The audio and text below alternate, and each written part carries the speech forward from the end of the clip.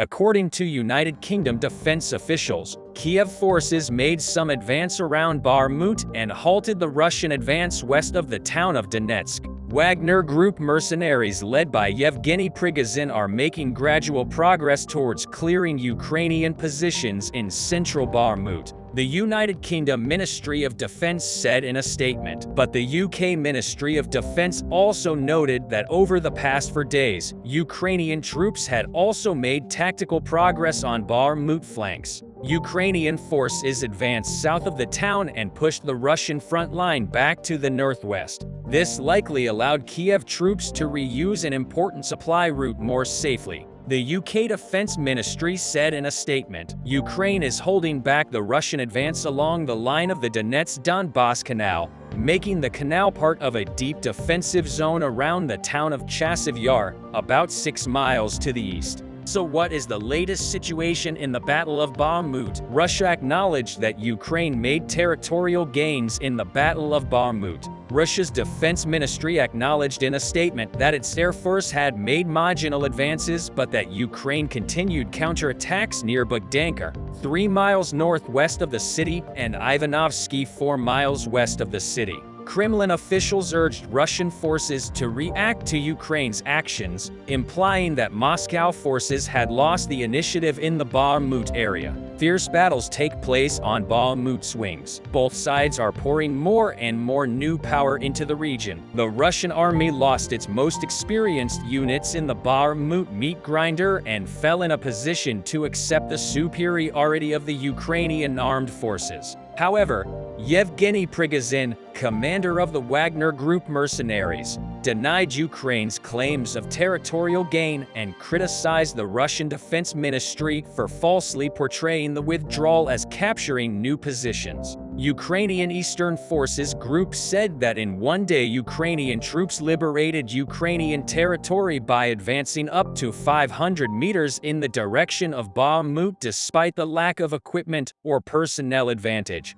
Ukraine inflicted a heavy defeat on the Russians in addition to conducting a successful defensive operation in Bakhmut. The Ukrainian army continued its advance from the flanks. On the same day, Ukraine's Deputy Defense Minister, Hanna Maliar, said the Ukrainian army still holds 7 mi of recently liberated land on the outskirts of Bakhmut. Maliar also reported on Ukraine's advances in the region, although he acknowledged that Russian troops had achieved some success in the city of Bakhmut. According to experts, although Ukrainian forces have launched successful counterattacks around Bakhmut, Russian forces have likely committed to strengthening offensive efforts in the region. Experts reported that this came despite a broader effort to reschedule operations to prepare for potential Ukrainian counterattacks. Russian attacks continue in every corner of Ukraine. It was reported yesterday that Ukrainian air defense units successfully shot down 29 Russian missiles, 2 kamikaze drones, and 2 reconnaissance aircraft during an 8-hour missile barrage over Kiev. The bombing caused no property damage in Kiev and no civilians were harmed, officials reported. Although Russia continues its war effort with limited ammunition, these efforts only result in depletion of Russian missile stocks, especially with the arrival of modern air defense systems such as the Patriot. In Ukraine, almost 95% of the missile attacks of the Russian army remain inconclusive. This situation further lowers the low morale of the Russian army. In addition, the Russian army is worn out not only physically, but also by intra-Russian conflicts. On the other hand, U.S. officials claimed that Commander Prigozhin offered to reveal the location of Russian troops to Ukrainian intelligence in exchange for the withdrawal of Kiev forces from Bakhmut. However, Prigozhin flatly denied these allegations that emerged after the Pentagon documents were leaked. Also, U.S. officials reported that the Kremlin probably knew about communications with Kiev, and therefore it is unlikely that Wagner would try to dismiss him. Given the strategic importance of his troops at the front, while Ukraine is making progress in Bakhmut, a move that will change the course of the war is on the way. Ukraine's defense minister, Alexei Reznikov, said Kiev has requested up to 50 Farad 16 fighter jets from its partners. This demand of Ukraine is expected to be at the top of the agenda at the G7 summit in Japan. Ukraine received assurances from Western leaders that they would discuss the issue in the coming days. Poland and Slovakia have already given Ukraine Soviet-era MiG-29 seconds, but the Ukrainians want US-made F-16s. If this demand of Ukraine is met, the course of the war will change greatly in favor of Ukraine. If the Ukrainian Air Force, which is already strengthened with MiG-29, gets 16s as well, the job of Russian aviation will be very difficult. In addition, the arrival of 16s will play a major role in clearing Bakhmut, which is the focal point of both armies from Russian troops. So what's going on in Russia? Russian President Vladimir Putin's aides warned him of the possible political ambitions of Wagner Group founder Yevgeny Prigozhin in Russia. A Kremlin official who asked not to be named noted that Commander Prigozhin had responded to several allegations about his political ambitions from Russian telegram channels reportedly affiliated with the Kremlin. Commander Prigozhin's paramilitary unit, the Wagner Group, was included by the Kremlin in Putin's war in Ukraine after Russia failed to capture the capital Kiev in the spring of 2022. Military observers observed that Commander Prigozhin stood out inside the Kremlin as the war dragged on. Prigozhin probably had bigger ambitions and was seen as a more dangerous person in terms of his political personality. Since September 2022, Commander Prigozhin has publicly clashed with the Minister of Defense of Russia, Sergei Shoigu, and recently with the Chief of the General Staff, Valery Gerasimov. Commander Prigozhin threatened the Kremlin last week to withdraw the mercenary group from the city of Bakhmut for lack of ammunition. Kremlin officials said Commander Prigozhin alleged that he used the war for Bakhmut and the overall Ukrainian war to become a political figure in Russia rather than actually fighting for the country's interests. Responding to these allegations through the press service of his own company, Concord, Commander Prigozhin said he had recently interacted with an unnamed Russian senior official who accused him of deliberately acting in his own self-interest.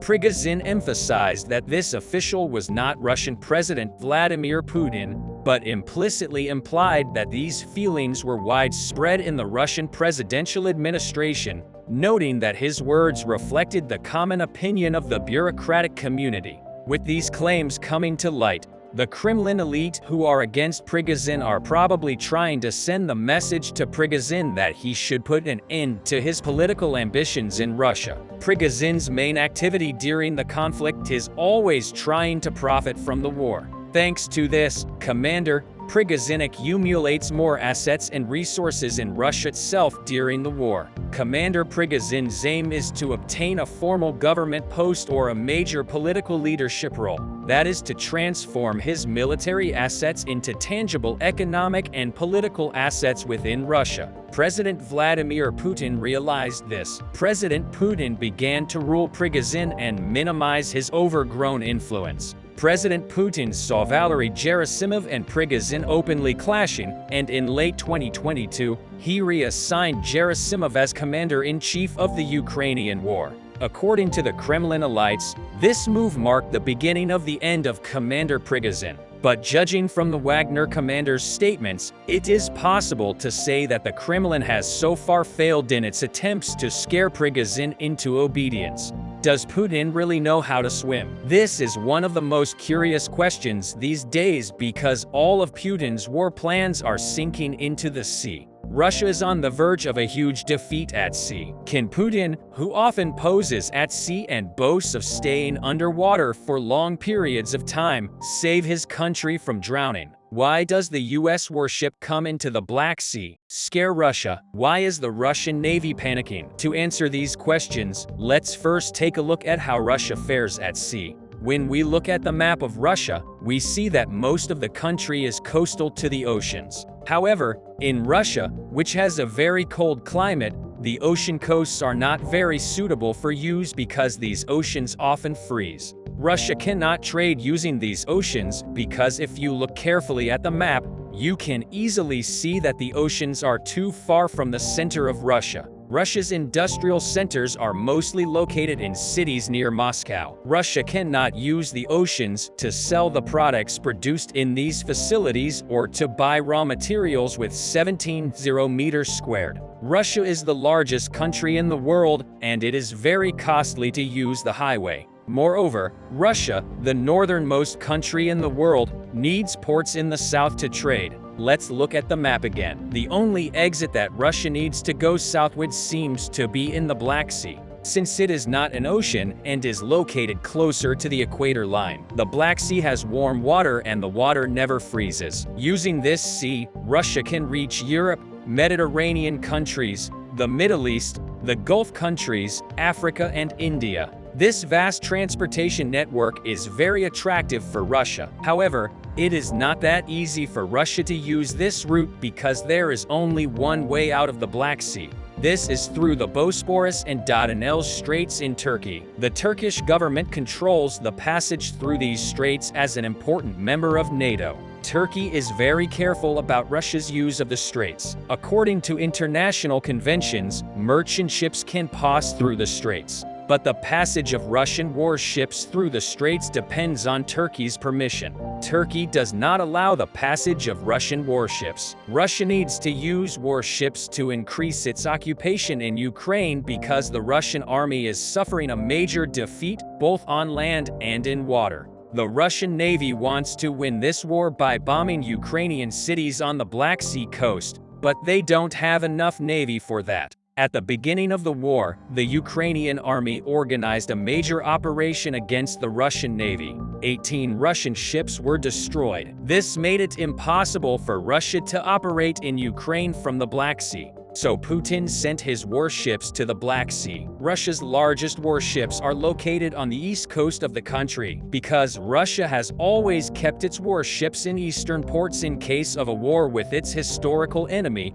the United States. After the sinking of the ships in the Black Sea, the warships in the eastern ports were sent to this region. But the Turkish government did not allow the ships to pass through the straits. The Russian authorities pressured Turkey on this issue for a long time, but the Turkish government was adamant. The Russian warships turned back before they could pass through the Dardanelles. The Turkish government has foiled another Russian plan a few days ago. One of the biggest ships of the U.S. Navy, the USS Nitsy, docked in Istanbul Harbor. It is known that 350 sailors are on board this ship. The arrival of the 155-meter-long giant ship in Istanbul scared Russia. Russia is afraid that this ship will operate in Crimea. US Ambassador to Turkey Jeff Flake went on board the ship and greeted the soldiers one by one. This visit was interpreted as the American ambassador greeting the soldiers to send them to war. The Kremlin followed this visit with great concern. This event was widely covered in the Russian press. Russia is very afraid of losing its power in Crimea. Crimea, which Putin occupied in 2014, is like an island in the Black Sea. Crimea has many natural harbors and is very important for maritime trade. Crimea also has a strategic importance due to its location in the Black Sea.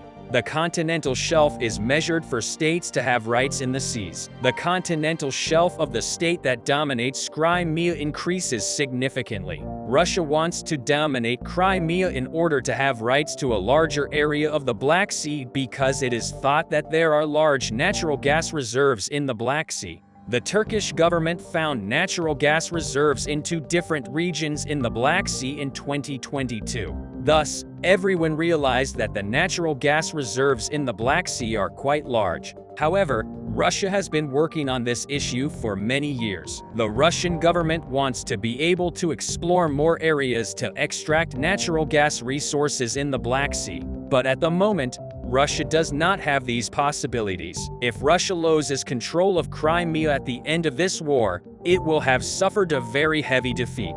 The Ukrainian government is determined to liberate Crimea to a question about when this war will end, Zelensky said. This war started in Crimea. It will end in Crimea. So far, the Ukrainian army has managed to inflict heavy damage on the Russian army with its operations. As a result of further escalation of these operations, Crimea can also be liberated. For this, the support of Western countries is very important. Currently, Leopard 2 tanks will be delivered to Ukraine, but Ukraine needs more. Ukrainian President Zelensky is holding one meeting after another with NATO members. In these meetings, Zelensky says that modern fighter jets should be sent to Ukraine. It is said that NATO members are also very favorable to Zelensky's proposal because it is claimed that if Russia wins the war in Ukraine, it will attack other European countries. This is why NATO members want to send more aircraft to Ukraine. But this will have to wait until the Leopard 2 tanks arrive in Ukraine. The more victories the Ukrainian army wins on the battlefield, the more support NATO members are sending. So far, the Ukrainian army has shown historic resistance and has largely repelled the Russian invasion. The Russian army has been forced to withdraw from most of the territories it occupied in Ukraine. Fighting is continuing right now. The Ukrainian army is shelling Russian positions on many fronts. The Russian army is suffering a heavy defeat at sea, on land, and in the air. According to experts, when this war is over, the Ukrainian army will be able to liberate Crimea. If the war continues like this, the Russian army will not be able to fight in Crimea. What do you think about the operations of the Ukrainian army? What do you think will be the consequences of Russia's defeat in the Black Sea? What do you think about the arrival of the aircraft carrier from the United States Navy in the Bosphorus? Do you think this ship will bomb the Russian Navy,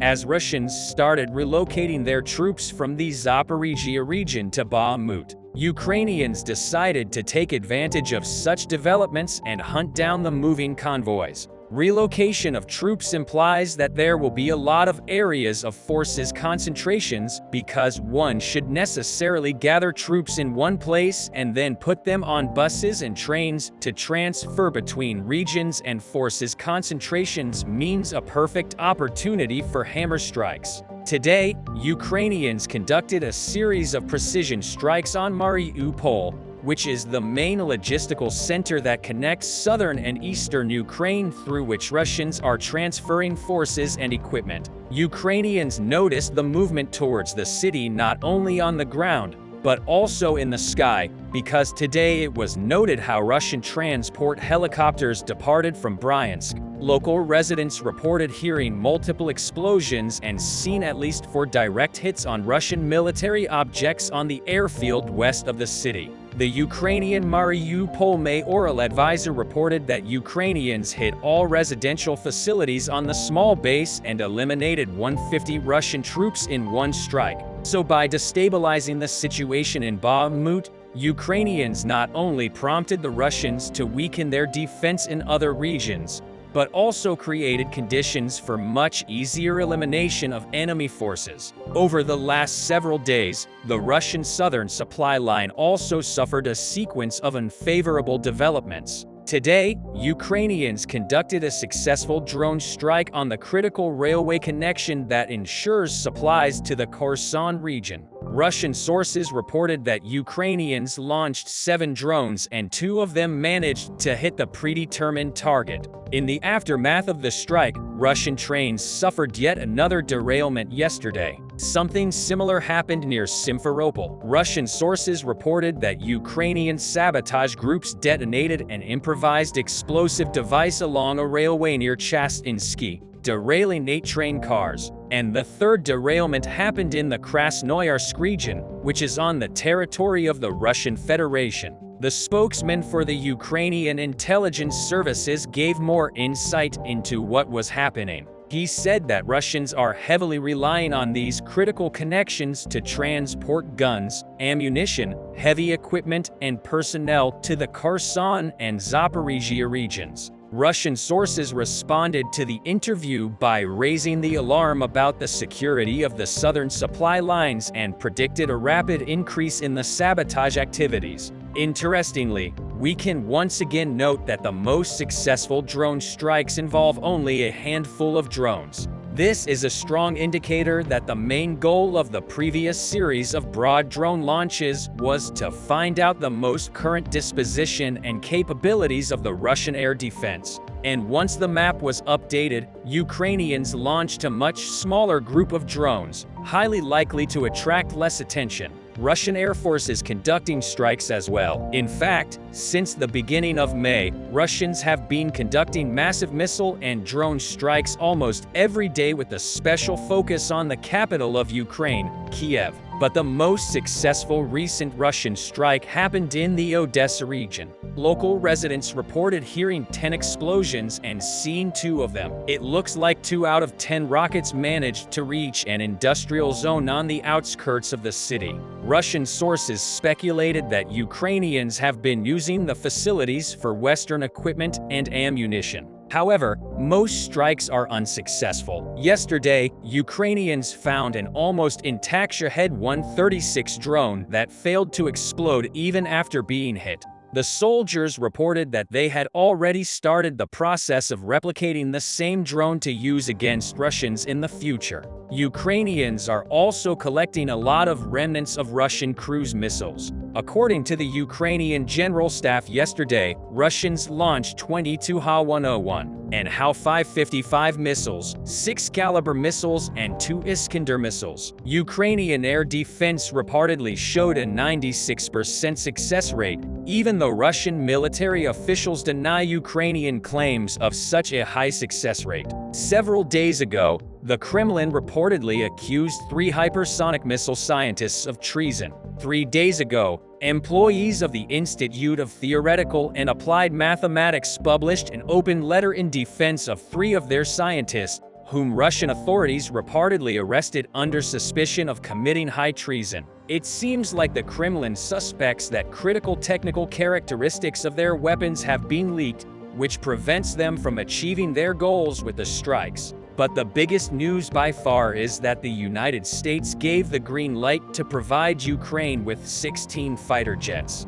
US approval for this scheme means that other nations can export their F-16s. The Netherlands, Denmark, and Belgium previously announced that they were ready to provide Ukraine with 16s, and now with legal rule from the US, it finally became possible. US officials also stated that the US would support a joint effort of their allies and partners to train Ukrainian pilots on 4th-generation fighter aircraft to further strengthen and improve the capabilities of the Ukrainian Air Force. Pentagon representatives stated that they would be able to train Ukrainian pilots in 4 months.